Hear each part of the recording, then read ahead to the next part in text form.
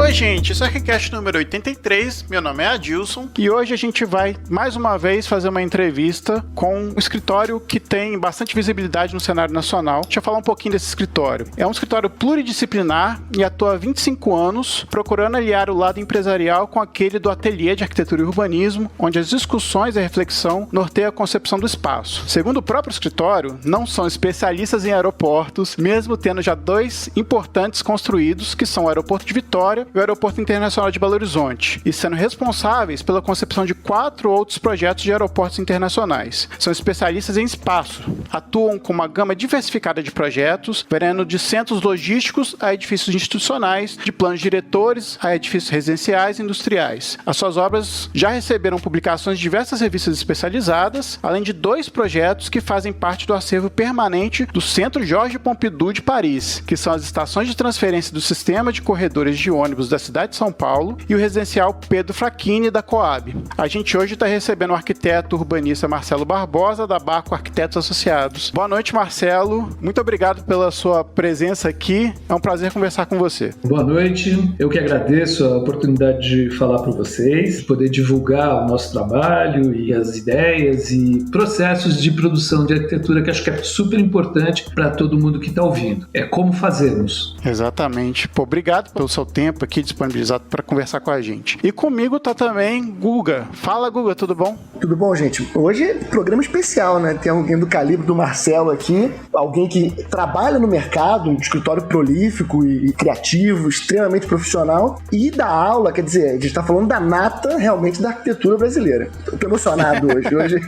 Tá tremendo a voz. Eu tô me sentindo como uma entrevista do Demetri, que eu não participei, mas quando eu ouvi, eu fiquei emocionado ouvindo. Muito bom, muito bom. Pô, Guga, você vai me deixar envergonhado aqui, eu vou gaguejar, hein, cara? Vamos devagar que você não vai gaguejar não, fica tranquilo. Bom, a gente então primeiro vai pros e-mails, comentários e outras cositas más.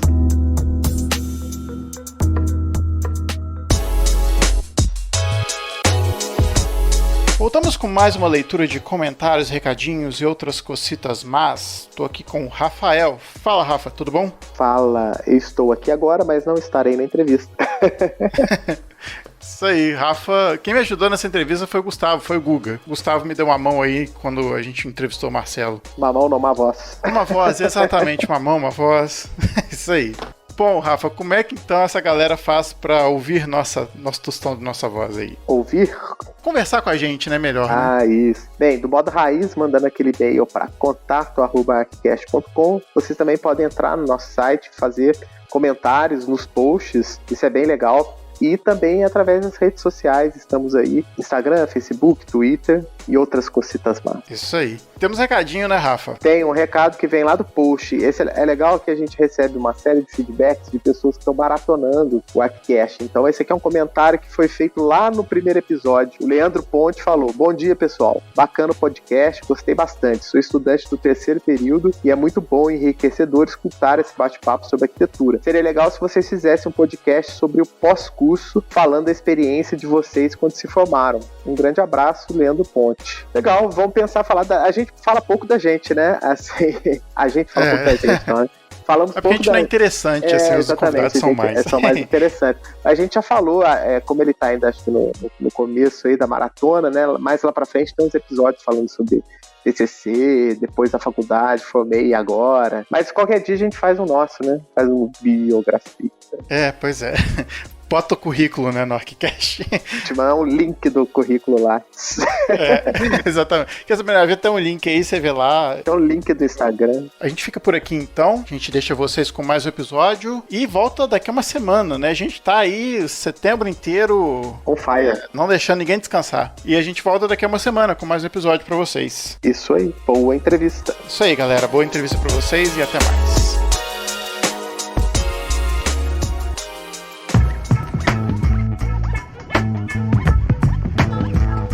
A gente está aqui com o Marcelo Barbosa. Para quem não sabe, além da Barco Arquitetos, o Marcelo é doutor em urbanismo pela FAO Mackenzie, também leciona lá. E aí eu vou fazer uma pergunta que tem um pouco a ver com a vida acadêmica do Marcelo, que o Marcelo, ele fez um trabalho desde o mestrado, o doutorado dele sobre o Franz Ripp, né, o Marcelo? Isso, Adolf Franz Ripp. O Ripp fez parte da minha vida acadêmica durante muito tempo, das minhas pesquisas. Praticamente eu fiquei 22 anos pesquisando a obra dele. O Ripp, principalmente em São Paulo, ele tem uma importância muito grande, porque no prazo de 10 anos ele realizou 40 prédios em São Paulo, entre eles o Edifício Itália, para quem conhece Higienópolis aqui, o Lugano e Locarno, o Jacques Pilon, o prédio do Estadão, enfim, ele tem uma obra vasta e ele chegou aos 40 anos aqui em São Paulo, em 1947, depois de ter trabalhado 12 anos em Paris, trabalhou com o Le Corbusier, depois ele trabalhou com o Jean Ginsberg, eles fizeram prédios super legais lá em Paris. É um cara super importante que não tinha sido estudado até então. Bacana. O que eu queria saber, assim, ele teve alguma influência no trabalho que você desenvolve hoje? Olha, não só no trabalho que a gente desenvolve hoje, mas durante as pesquisas que eu realizei da obra dele, a gente estava trabalhando aqui,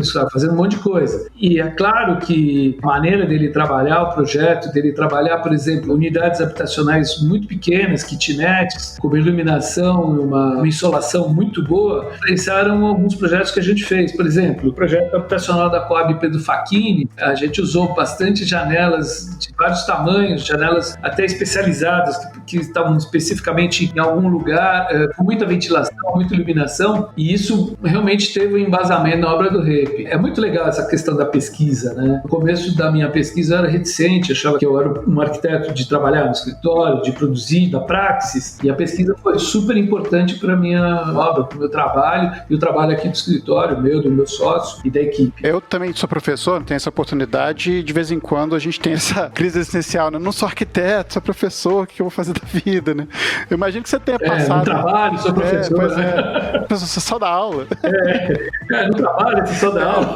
Pois é. Imagino que isso seja uma parte constante, assim, até certo ponto, né? Porque eu acho que você está bem consolidado e tanto nas duas funções, né? Tanto de professor quanto de arquiteto, né? Como se fossem duas funções que você pudesse separar, né? Não dá para separar, principalmente porque eu dou aula de projeto, estou dando aula no TFG do Mackenzie, e essa retroalimentação da praxis, do trabalho na sala de aula é uma coisa super importante, né? Daí que surgem as coisas, que você consegue dar uma aula super importante. Não dá para ser só acadêmico a aula de projeto, você precisa saber fazer. Né? Quero pegar carona então nessa pergunta da Dilson e perguntar o seguinte: na época de produção do Ripp, existia mais ou menos uma hegemonia para a arquitetura modernista, né? E hoje em dia, nesse zoológico arquitetônico que é o mundo, né? É mais fácil ou é mais difícil ter um estilo ou ser mais autêntico na arquitetura? Olha, a arquitetura contemporânea, pelo menos a que é produzida aqui no Brasil, ela é uma mistura. Hoje em dia, por exemplo, se você olha para o bairro de Higienópolis e os projetos que foram feitos, eles estão constantemente servindo de inspiração para uma série de gerações de arquitetos. Porque os caras na década de 40, 50 faziam uma arquitetura de muito boa qualidade. E você vê, por exemplo, os projetos da Ideias Árvores ou outros que estão sendo feitos mais recentemente com qualidade, autorais, o pessoal bebe muito dessas fontes. É claro que dando uma pincelada contemporânea nas coisas, uma releitura, mas o pessoal bebe muito nessa arquitetura tão poderosa que foi feita nas décadas de 40, 50, 60. Aquela fachada é Lausanne, não é? Me parece também que influenciou bastante coisa em São Paulo, né? Pois é, o Ripp ele vem com uma bagagem muito importante da Europa, depois de ter trabalhado com Le Corbusier e ter desenvolvido várias coisas. Quando ele foi sócio de Jean Ginsberg, eles tinham uma empresa que projetava e construía. Então ele sabia construir muito bem, sabia detalhar muito bem. E ele, quando veio para o Brasil e começa a fazer esses prédios, a própria indústria brasileira não estava preparada para fazer coisas inovadoras, e ele acaba puxando a indústria. Por exemplo, no prédio que você citou, o Lausanne, ele queria fazer, junto com a construtora auxiliar, que era a construtora que estava fazendo a obra, caixilhos em alumínio com pintura eletrostática, uma pintura, não eletrostática, mas uma pintura que acabariam fazendo a fachada toda. Então eles foram até a indústria, foram achar alguém que pintava alumínio, que não tinha, desenvolveram tinta. Então ele puxava a indústria também para atender as demandas que ele queria fazer nas obras dele. Então foi importante também nisso, né? Agora, você comentou aí na sua fala também que essa questão do ateliê de projeto e da preocupação que vocês têm de fazer essas reflexões no seu trabalho, do dia a dia do escritório, e aí como é que é conciliar essas discussões e necessidades que a gente tem de gerir o escritório, que conta, por exemplo, com demanda, prazo, que a gente sabe que no Brasil, não sei se em outro lugar do mundo, mas a gente sabe que no Brasil realmente muitas vezes fica apertado, né? Essa tentativa de conciliação de uma discussão necessária dentro do escritório, né, como você gosta de chamar de ateliê, dentro do seu escritório, com essa vida que não para nunca. Nosso escritório é uma empresa na hora de produzir, de administrar os trabalhos, e um ateliê na hora de pensar o projeto. E isso é muito legal. Já há bastante tempo que a gente trabalha com projetos muito grandes. A gente, além de aeroportos, desenvolve indústrias muito grandes. Nosso maior cliente é a Ambev, a cervejaria. A gente fez as 5 maiores indústrias da Ambev aqui no Brasil. A gente trabalha também com galpões logísticos, enfim. E faz concurso de arquitetura. A gente vira e mexe, é classificado, ganha perde um monte. A gente está sempre produzindo coisas, né? E uma coisa retroalimenta a outra. Tem projetos que são mais sisudos e mais, que a gente chama às vezes alimentares, que retroalimentam você poder pensar mais elaboradamente um projeto, participar de um concurso, uma concorrência fechada, discutir melhor o projeto. E os projetos maiores, claro que são discutidos também, mas tem uma outra dinâmica, né? Entra mais numa linha de produção. E isso é muito importante, porque você poder ter um escritório que tem trabalho sempre, você vai poder manter a equipe, você vai poder manter um modus operandi, você vai poder se dedicar a ter programas melhores, uma assessoria de imprensa, enfim, ter um escritório adaptado e pronto para estar sempre funcionando. E tudo isso, mesmo assim, fazendo concurso de arquitetura, deixando um espaço do tempo para poder pensar a arquitetura em todos os sentidos. Também fazendo fábrica, dá para pôr tudo isso no pacote, né?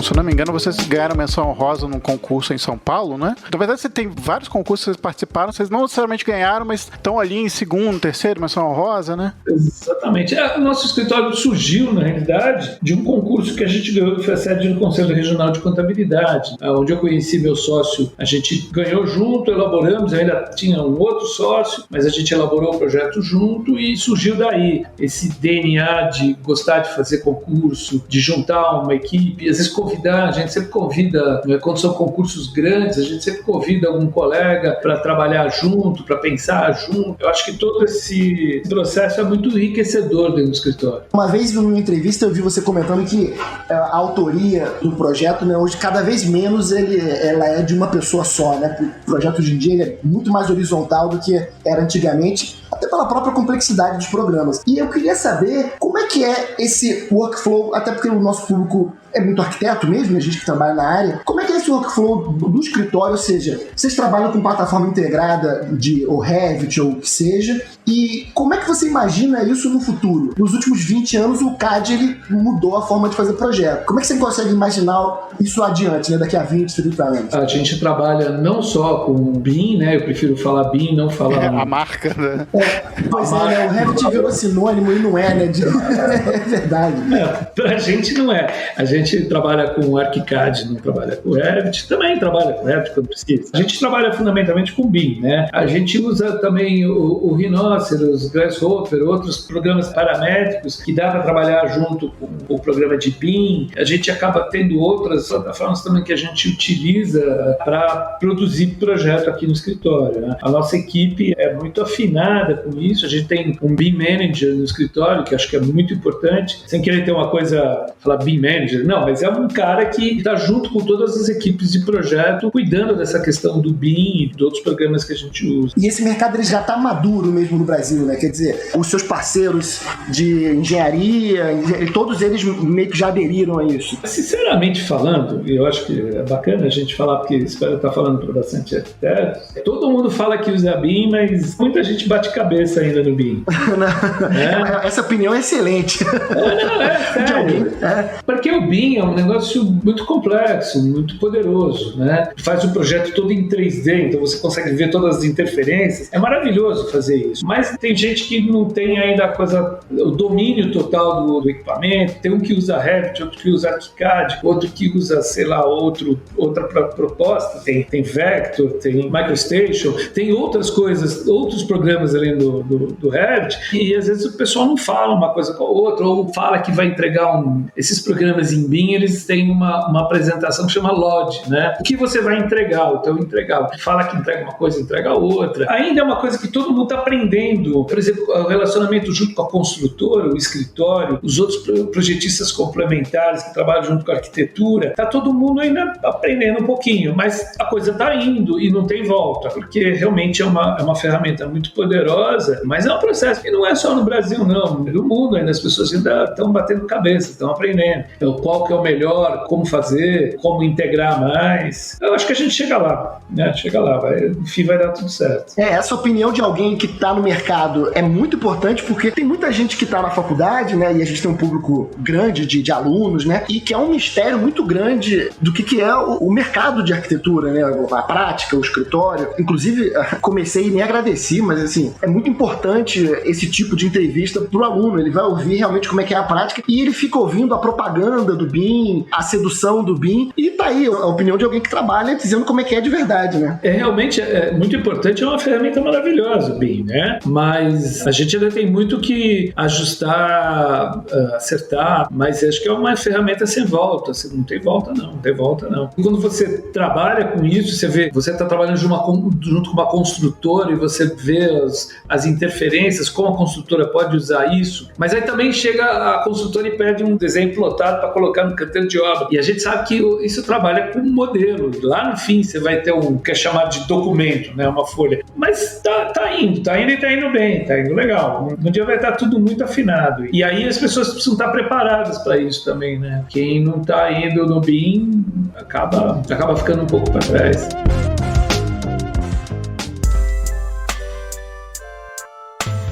Mudando um pouquinho de foco, a gente sabe que, assim, até uma coisa engraçada é que vocês apesar de fazerem, tem 3 aeroportos no portfólio de vocês têm muita preocupação de falar que vocês não fazem só aeroportos e só projetos grandes, né? Mas, de qualquer maneira, o fato é de que o aeroporto e esses projetos que têm uma grande infraestrutura demandam também muito da gente que é arquiteto de pensar num espaço que é muito complexo. E, assim, queria saber, nesses projetos que são muito grandes, qual o nível de controle projetual que vocês conseguem? A gente brinca muito, que a gente é professor, né? A gente consegue, às vezes, em alguns projetos, detalhar o parafuso, né? Vocês, nesses projetos, vocês conseguem fazer isso? Detalhar os parafusos dos aeroportos, por exemplo? Como uma brincadeira aí? Opa! Não, por exemplo, o projeto de um aeroporto, por exemplo, de Belo Horizonte, né? O Terminal 2, que a gente fez o projeto, ele tinha mais ou menos uns 35 projetistas complementares trabalhando junto com a gente. Então, aquilo que você falou, ninguém faz nada sozinho hoje em dia, principalmente quando você faz um projeto grande. Até casa, você precisa ter um consultor de conforto ou um consultor de alguma especialidade caixilho, essas questões, porque são complexas hoje em dia. A gente tinha, por exemplo, um consultor de caixilho que estava trabalhando junto com a gente e fazia detalhe em 1 para 1, desenho de fabricação, para os casos tem um parafuso. A gente tinha uma equipe de complementares fantástica trabalhando junto com a gente, consultores, né? E se detalhe assim, o parafuso. Ainda mais porque o projeto de Belo Horizonte foi construído em 1 ano, porque ele era todinho industrializado, foi todo feito em estrutura metálica, as paredes, alvenaria, assim, muito pouca, só reza ao chão. As vedações eram todos sistemas de vedação, onde tinha caixilho, também tinha algum material isolante, muito material isolante, porque você tem uma turbina de um avião do outro lado. Era muito de montagem, e essa montagem, os desenhos de fabricação são extremamente complexos, e a gente acaba penetrando nesse universo e trabalhando junto, mas sem dúvida é uma equipe enorme que funciona para a coisa poder ficar em pé. Ninguém faz nada sozinho. E, gente, eu recomendo a vocês darem uma olhada no material que a Baco deixou com o ArcDaily. Tem desde as fotos que estão lindíssimas até os desenhos de croquis do escritório, assim, cheio de esquemas à mão, cheio de desenhos muito bem feitos, assim, recomendadíssimo vocês olharem o aeroporto de Belo Horizonte fonte que tá lá no arquivo dele, que eles cederam os desenhos que são baratos, assim. Dica para qualquer estudante, para qualquer arquiteto também. Muito bacana. A apresentação do 3D com os fluxos, a apresentação da planta, né, tá muito elegante, realmente tá sensacional. O pessoal trabalhou muito bem aqui no escritório. A equipe dá pra ver aí o resultado. Mas ainda sobre especialização, o professor Mauro Nogueira, no FRJ, ele dizia que a especialização de um projeto de arquitetura chama-se 3 meses de estudo, porque ele não acreditava em especializações em arquitetura, né? Que qualquer programa, um bom arquiteto poderia sentar, estudar e começar a praticar ele com excelência. Eu imagino que vocês não abriram um escritório planejando fazer projetos aeroportuários, né? Aconteceu essa virada em que momento? Eu concordo. O arquiteto, na realidade, ele é um especialista em tramar o espaço, em trabalhar o espaço criado. Feito isso, o restante vai aprendendo, né? Agora, tem projetos complexos de aeroporto, hospital e outros do museu, que você realmente precisa ter uma vivência nisso daí. O Gustavo que eu diga, porque o Gustavo trabalha com arquitetura hospitalar, né, Gustavo? Então, ele sabe como é que é a coisa. Então, eu falo que a gente não é especialista porque, no fundo, a gente atua em várias demandas, né? Não fica só fazendo um tipo de projeto. Mas o aeroporto aconteceu de uma maneira super curiosa. A gente ganhou uma concorrência pública para fazer o terminal de carga dos Correios no aeroporto de Guarulhos há, 20 anos atrás, há muito tempo. E aí a gente conheceu o pessoal de projeto da Infraero lá de Guarulhos, eles convidaram a gente para participar, gostaram do nosso projeto, convidaram a gente para participar de algumas concorrências, a gente participou, ganhou algumas e foi pegando um pouquinho da expertise de trabalhar com instalações aeroportuárias e tendo também acervo técnico para isso. E aí a gente foi galgando, fizemos reforma de um aeroporto, fizemos reforma do outro, até conseguir fazer um aeroporto maior, grande. E hoje a gente atua também com uma equipe multidisciplinar, que tem escritório de advocacia, escritório financeiro que calcula a demanda. A gente participa de concorrências do governo federal para fazer os editais que vão gerar concorrências para serem privatizados outros aeroportos, que é um trabalho muito denso, é um trabalho quase que você tem que planejar a sessão ao longo de 30 anos. É um trabalho muito legal, a gente precisa visitar todos os aeroportos, precisa entender como é que eles funcionam hoje, e não é um trabalho só de arquitetura. A arquitetura é um pedacinho, tem outras coisas, meio ambiente, advocacia, é um trabalho complexo. Muito legal. Um grande projeto desse também é um grande impacto, né, assim, que ele gera e que ele exerce também sobre o seu entorno, enfim, e sobre a estrutura de cidade também, né? Eu citei essas questões dessas PMIs que a gente está fazendo, porque é muito legal isso, porque o arquiteto trabalha junto com uma série de outros atores, né? O advogado, que é especialista em concessão, o cara do mercado financeiro, que é especialista em cálculo de demanda, o pessoal de meio ambiente, que vai entender como é que funciona o aeroporto na cidade. Muita gente legal que você trabalha junto para fazer um trabalho bem complexo. É um tipo de trabalho que é grande em todas as escalas. Eu fico imaginando também que você antes da entrevista comentou que o projeto de um aeroporto durou mais ou menos 1 ano e meio, né? No escritório. E a obra durou até menos, né? Sim, mas isso tem uma lógica muito legal. Quando você detalha tudo e é um projeto totalmente industrializado, ele é feito muito rápido depois, porque ele é uma obra de montagem. Pois é, eu fiquei imaginando isso. E aí, para você especificar esse lastro de tempo que você tem no escritório, de alguma forma, ajudam também não só na expertise, mas também a definir o que vocês querem do aeroporto, né? Seja o aeroporto, enfim, seja qualquer outro projeto, né? Essa oportunidade que vocês têm de fazer de cada pedaço, né? Já que, na verdade, vocês vão encaixar depois, né? De cada pedaço ser pensado, né? E aí, eu imagino que uma padronização, acho que ela é essencial, e você pensar nessa padronização que uma peça pode ser usada, triplicada em outro lugar, para você ter um outro tipo de espaço, né? Isso também deve ser muito interessante. É como se eu estivesse fazendo uma peça de Lego, projetando peças de Lego, e que no final elas vão se encaixar. Falando de uma maneira muito rasa aqui, mas é mais ou menos essa filosofia, né? Hoje em dia, principalmente com projetos grandes, você não tem, salvo alguma solicitação do cliente, que ele quer um projeto extremamente autoral, que ele quer alguma coisa específica, os projetos grandes eles têm que ter um componente industrializado embarcado na obra muito grande. Você vai usar ou um pré-moldado, ou um sistema tilt-up de fachada, ou uma estrutura metálica.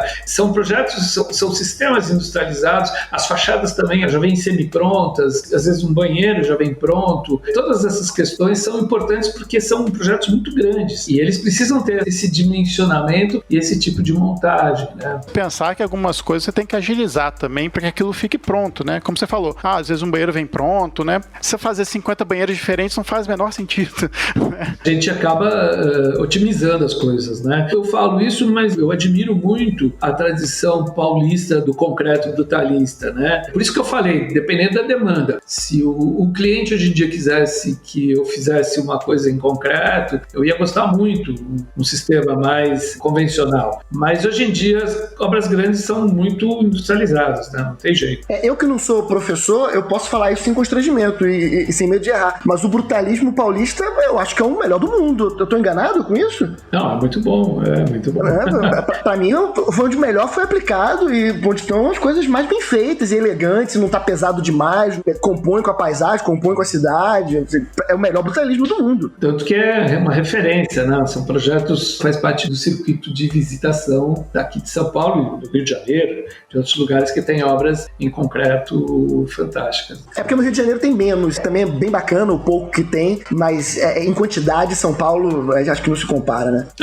O Rio tem Niemeyer, tem o Reidi, tem os caras bons, né? O Reidi, eu até costumo falar que o MAN é a minha edificação mais bonita do Brasil, é o MAN. Pois é, muito legal, muito legal.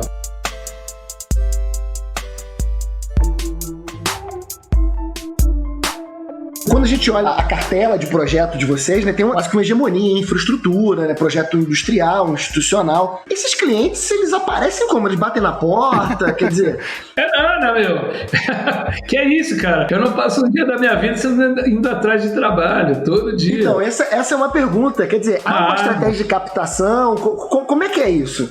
Sim, claro, tem assessoria de imprensa, eu vou atrás de trabalho, tenta mapear os possíveis clientes ou possíveis nichos de mercado e vai atrás. Achar que você fica atrás do balcão aqui e o projeto cai no colo, não existe isso. Você precisa ir atrás. Mesmo esses escritórios grandes, maiores do que a gente, estão constantemente indo atrás de trabalho e participando de concorrência, participando de concurso. Tem toda uma demanda de você trabalhar para conseguir trabalhos que é muito grande. Às vezes essa demanda é maior do que quando você pega um trabalho e faz a produção desse trabalho. É como conseguir esse trabalho, né? Onde eu acho que participar e aí falando para os alunos que estão se formando, participar de concursos de arquitetura é uma coisa muito importante. E tem um bocado de concurso para estudante e é bom já ir começando a participar desde então, né? É legal esse depoimento seu, Marcelo, que a gente às vezes fica pensando que o trabalho do arquiteto é só projetar, né? E assim, felizmente ou infelizmente, para alguns felizmente, para outros infelizmente, a gente tem que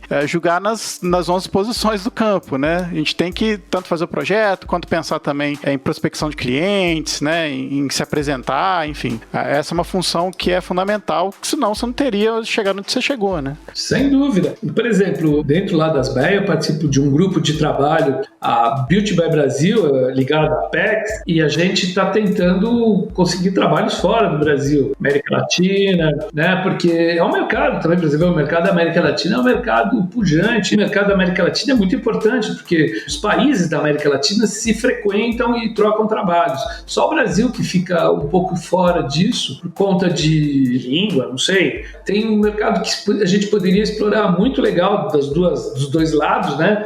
Fazendo projeto lá e eles fazendo aqui, trabalhando conjuntamente, com arquitetos super importantes e super bons que tem na América Latina, né? Não, essa bola que você levantou, Marcelo, é importantíssima. Eu tive a oportunidade de ir à China e eu conheci o escritório da Apex na China. E eu não sabia nem que existia a Apex e muito menos o trabalho que eles faziam. E aí, lá eu pude conhecer como é que eles fazem essa ponte e tentam inserir o produto, eu até vi Havaianas e Yakult, eram produtos que estavam querendo entrar no mercado chinês, e também existia essa demanda por arquitetura estrangeira, porque a China, a arquitetura local dela tem suas tipicidades e eles gostam da arquitetura europeia, enfim, americana, e também eles gostam dos arquitetos brasileiros, porque é um mercado muito parceiro nosso, né? E às vezes a gente não fica sabendo desses campos de trabalho, né? Sim, fica a dica, né? hoje. A gente está buscando esse mercado, que é um mercado super importante, né? E dá para todo mundo trabalhar com isso. Não, lembrando também que o ArcDaily, por exemplo, a sede do ArcDaily, como a gente já falou aqui com o Pedro Vada e tudo mais, é lá no Chile. Então, eles estão tão atentos quanto a gente, ou até mais atentos a bobear, né? E a arquitetura que é feita na América Latina é muito de boa qualidade, né? Escolas fantásticas, arquitetos com um trabalho primoroso, muito bom, e que a gente pode trocar muita experiência, né? Pode trocar muita coisa.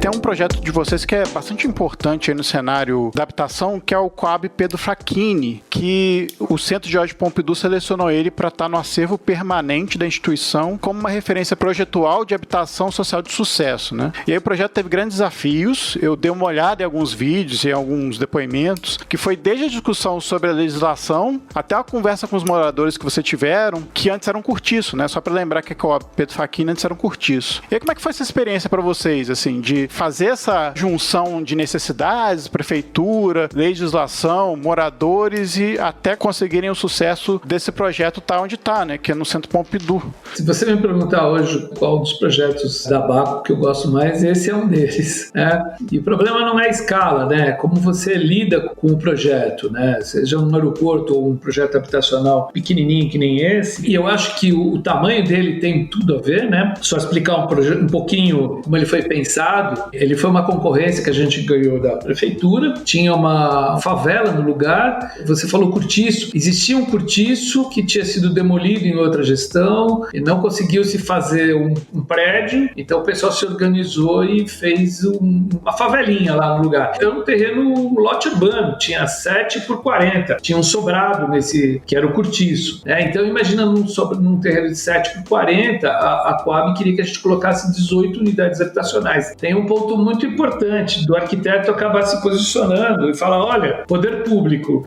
dá para caber 12 boas, bem decentes, um negócio, então vamos fazer 12? Eu acho que tem um ponto que a gente precisa se impor aí, falar, vamos fazer 12, né? Não cabe. E eles toparam fazer 12 e a gente acabou fazendo um projeto onde a gente trabalhava a questão do duplex, que é uma expressão no mercado imobiliário que valoriza, só que a gente queria usar o duplex para poder condensar mais o prédio e tirar a questão da circulação horizontal, do corredor. Se é duplex, a gente fez uma escada metálica que acessa o primeiro andar, então você tirava corredor, que é a gordura, a circulação, né? E a gente conseguiu colocar nesse terreno 12 unidades habitacionais que foram muito... A gente acha que no fundo ficou muito legal, até porque isso foi feito em 2004, já fazem 14 anos e ninguém foi embora, todo mundo continua morando lá. É pequeno, não entrou tráfico de drogas dentro do prédio, convive bem com a vizinhança, então eu acho que poderia ser uma excelente solução para as áreas centrais de São Paulo, ser replicado, né? O único problema é que o governante gosta de quantidade, não gosta muito de qualidade. Então,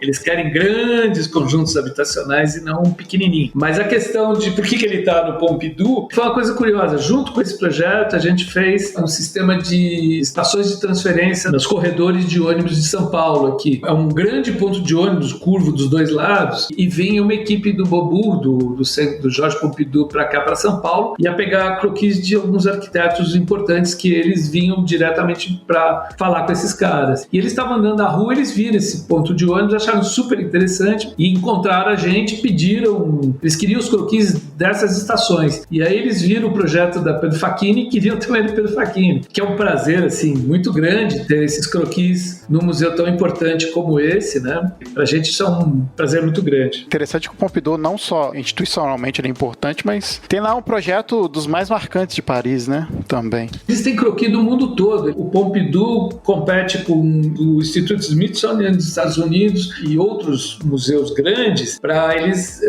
amealharem croquis do mundo todo, né? Eles ficam fazendo viagens e vão recolhendo croquis de projetos que eles acham importantes. Eles têm um arquivo maravilhoso lá, eu tive o prazer de ver, é muito legal. Tem anos que eu fui, assim, não tive a oportunidade de ver os arquivos, não. Eu vi o que estava lá exposto. Eu vi, por exemplo, do Duchamp, né? O urinol do Duchamp lá, então, e uma exposição sobre o Le Corbusier, mas tem muito tempo, eu não vou te falar que assim, eu nem lembro da exposição direito, eu lembro só do Duchamp, que foi muito marcante, mas enfim. Mas esse acervo, ele fica no subsolo, ele fica guardado. Quando você quer fazer uma exposição de arquitetura, você pede para eles te emprestam esse acervo, é bem legal, é muito legal. E tem também os vídeos do Georges Pompidou, que eu acho que foi produzido na década de 2000, que foram de várias arquiteturas, né, tem a Bauhaus, tem do Jean Nouvel, enfim, tem uma série de arquiteturas, tanto coisas contemporâneas como coisas clássicas, que eles explicam a arquitetura, assim, um vídeo de 30 minutos, assim, é muito legal. Vocês fizeram a Hebraica em São Paulo, né? Tipo, esse é um daqueles programas atípicos, né, que não surgem todo dia. Eu acho que deve ser até mais incomum do que fazer aeroporto, né?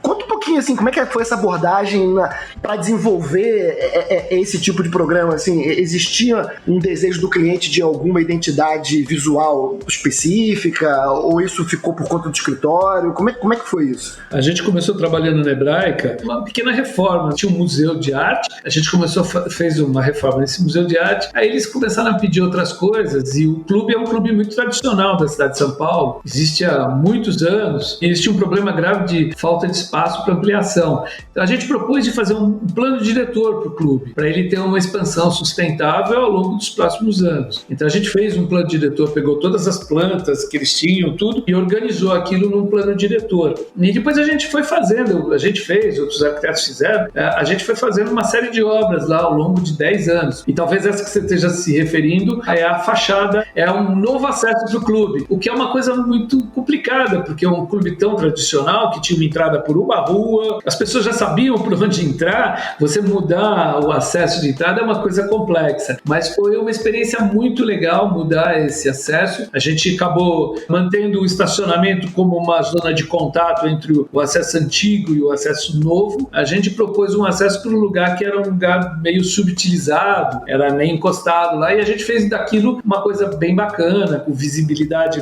para as quadras. Trabalhar com clubes, isso em São Paulo é muito poderoso, porque não tem praia, né? Então São Paulo, os clubes familiares, os clubes tradicionais, acho que Minas também deve ter isso, são muito importantes. Então a gente trabalhou com o Clube Hebraica, fizemos um projeto com o Clube Pinheiros também. Isso é muito legal, porque são projetos menores, mas são verdadeiras coisinhas interessantes de desenvolver, porque você trabalha com a comunidade, você trabalha com os quereres dos diversos sócios, é muito legal, é muito legal. Eu não sei como é que era a fachada antes, mas me parece que vocês tomaram partido na curva, porque ela tem uma curva toda iluminada, assim, né? Então, essa foi a nova fachada, né? Foi o resultante da reforma que a gente fez. Ficou bem bacana. 2 perguntas eu fiz aqui, que são perguntas de alunos, né, de pessoal que ouve e tal, e uma pergunta que é muito recorrente também é sobre profissionalização de escritório de arquitetura. Ainda mais hoje que a gente tem um monte de arquiteto de Instagram aí, né, que você não sabe quem é o cara, você não sabe se o cara tem um escritório, ele é profissionalizado, tá no IAB, tá no ASBEA. Qual é o maior gargalo hoje em dia para isso? A gente começou a ter um escritório mais organizado quando a gente deixou de aceitar fazer projeto por um custo mais baixo. Era aquele custo que a gente tinha e aquele custo poderia pagar uma série de coisas, então a gente topava, senão a gente perdia o cliente. A gente perdeu muito trabalho, até que a gente conseguiu se estruturar e ter nossos projetos melhores remunerados, né? E aí os projetos são mais complexos e tudo isso é uma cadeia de coisas que acontecem. Você recebe um pouco mais, você estrutura melhor o seu escritório, você se salvaguarda de uma série de coisas que pode acontecer. Por exemplo, a gente tem seguro de projeto aqui no escritório. Se o cliente tiver algum problema na obra, ele quiser processar a gente tem seguro, tem advogado, tem uma série de coisas, tem assessoria de empresa, como eu falei. Todas essas questões são muito importantes para você se profissionalizar, né?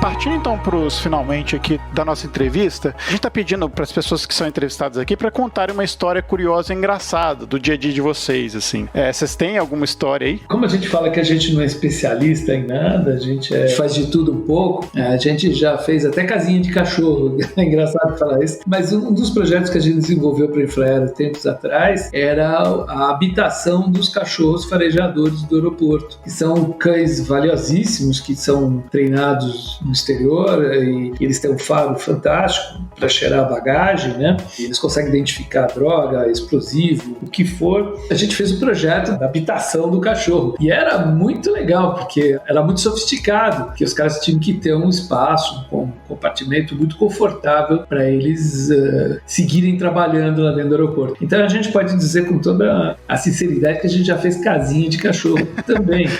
Pois é. Mas como é que foi ouvir a demanda do cliente cachorro? Olha, ele é um cliente perfeito, ele não fala nada. Ele só banava o rabo. E essas casinhas de cachorro ficavam no aeroporto? Ficam. Tem um setor que eles ficam... É um canil, mas é um canil sofisticado. Que interessante. Então o aeroporto precisa de um canil. Olha só, nunca ia pensar numa coisa dessa. Marcelo, eu queria agradecer a você pela conversa aqui. O papo foi divertido pra caramba. Acho que ajudou aí também a nossos ouvintes a conhecer o trabalho de vocês. Muito obrigado pela entrevista que você deu pra gente e espero que você tenha curtido também. Curti muito e eu é que agradeço a oportunidade de a gente poder contar as histórias e falar um pouquinho de processo, de como é que funciona o escritório, que acho que sempre é bacana, né? A gente tem escritório há 27 anos e acabou amealhando aí uma experiência nesse tempo. É sempre bacana poder compartilhar isso. Eu é que agradeço vocês por ter convidado e poder ter propiciado esse momento legal. Para mim isso foi muito divertido, muito legal. Pô, que bom que você gostou. Obrigado mesmo. Guga, valeu também por mais um aí. Eu queria agradecer o Marcelo. Primeiro foi um prazer e segundo foi uma honra. Muito obrigado pelo tempo e só reiterando o que eu falei antes, é muito importante esse tipo de iniciativa, dar entrevista, divulgar informação, esse didatismo para explicar como é que é o mercado, porque ainda existe uma ponte muito grande entre a formação e a prática. Então eu acho que isso é muito valioso para o estudante. Obrigado. E a gente fica por aqui. A gente volta daqui a 15 dias com mais episódio para vocês e até mais.